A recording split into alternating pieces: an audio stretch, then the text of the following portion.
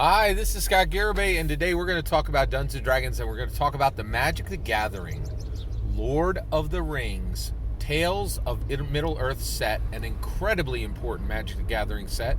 Magic the Gathering is canon to Dungeons & Dragons, right? They share worlds, specifically Ravnica, and that's a great quote. So, by canon, the following are canon, okay? Ravnica, Theros, and Strixhaven. And Strixhaven is very special because it's literally built from the ground up to connect many, many, many war worlds, right? It's by, like, they literally list within canon Strixhaven, this world was put in a central location so that the students of Strixhaven could reach anything within the material plane and beyond, right? It's just flat out listed, like, oh, in case you didn't know, like, Strixhaven was built to connect a whole bunch of worlds that aren't connected to Dungeons & Dragons. Like, it's like just they're very, very clear. Like, this has been structured to make sure that you can reach out to work to D&D beyond. Right?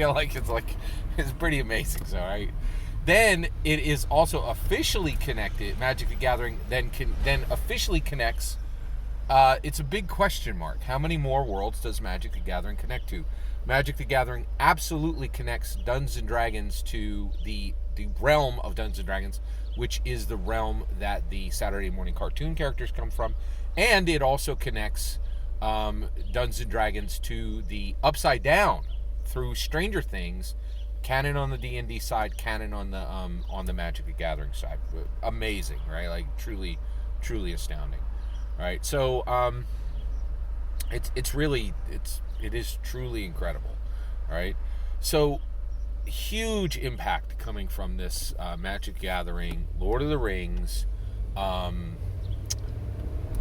Tales of Middle Earth, and not only is this set is also changing the canon of Lord of the Rings, because the Tolkien estate signed off on this. This isn't some jank copy, right? The Tolkien estate approved this, right?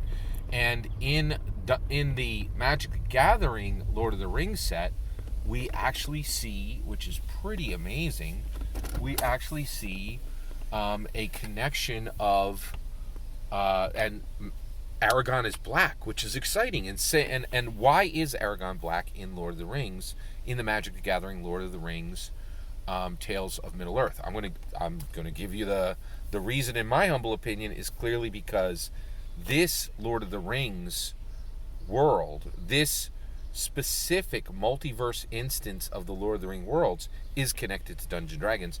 And and I think that conversation happened with Magic the Gathering designers realizing, well, this isn't separated. Nothing in Magic the Gathering is actually separate from Dungeons & Dragons, because the two worlds are canon connected across multiple strands, right? So if we're going to bring Lord of the Rings into Magic the Gathering, which is canon connected to Dungeons & Dragons, the Lord of the Rings needs to be more progressive, because Dungeons & Dragons is more progressive, and we need to match the energy of Dungeons & Dragons in Magic the Gathering, because Magic the Gathering is canon connected to Dungeons & Dragons. So I think the reason that Aragorn is black in Lord of the Rings Tales of Middle Earth is because Magic the Gathering is canon to Dungeons & Dragons, and anything coming into Magic the Gathering has to meet that progressive standard set by Dungeons & Dragons, because the two worlds are canon connected, right? That's my humble opinion.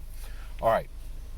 What does Magic the Gathering, Lord of the Rings, Tales of Middle Earth mean for Dungeons & Dragons?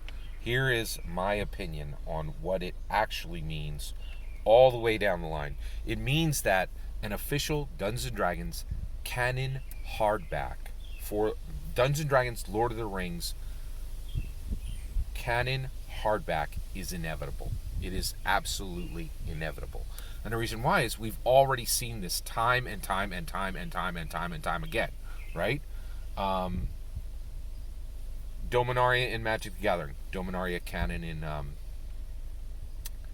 in Dungeons & Dragons. Kaladesh, canon in Magic the Gathering, canon in Dungeons & Dragons. Innistrad, canon in Magic the Gathering, canon in Dungeons & Dragons. Ravnica, canon in Magic the Gathering, canon in Dungeons & Dragons. Theros, canon in Magic the Gathering, canon in Dungeons and Dragons.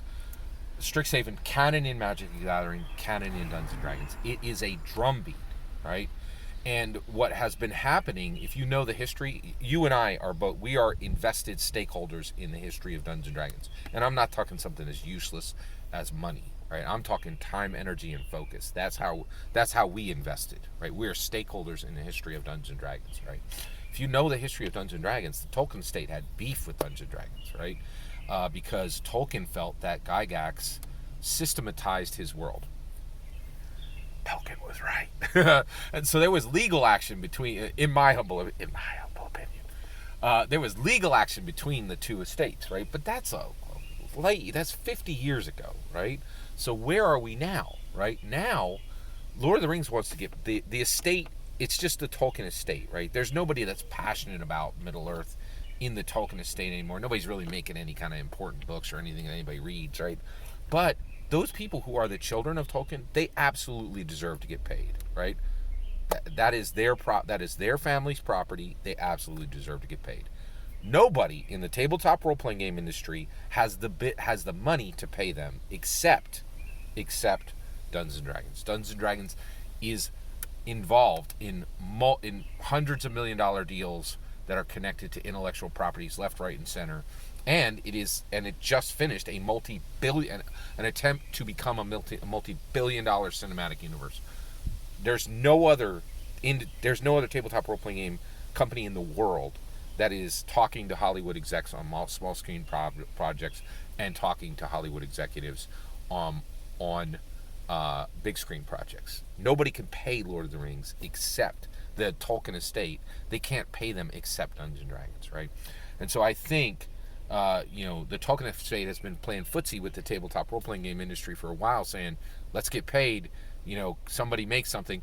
And some company, I don't even know what company, just made an official Lord of the Rings 5e. Who cares, right? Nobody asked for a Lord of the Rings 5e. We want Dungeons and Dragons Lord of the Rings. We want Gandalf to be able to shake hands with Elminster. And the new 5e product don't do anything to get us there, right? So it's just another hey, here's Lord of the Rings by some one-cheeked tabletop role-playing game company that nobody knows the name of, right?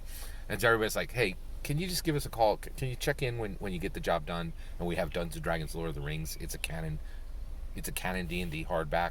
And then actually, let's get about 9 D&D Canon Lord of the Rings hardbacks.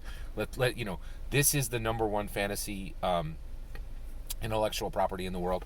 This is the number one tabletop role-playing game in the world. Can we stop playing footsies and just realize that nobody in the world can actually pay the Tolkien estate except Hasbro?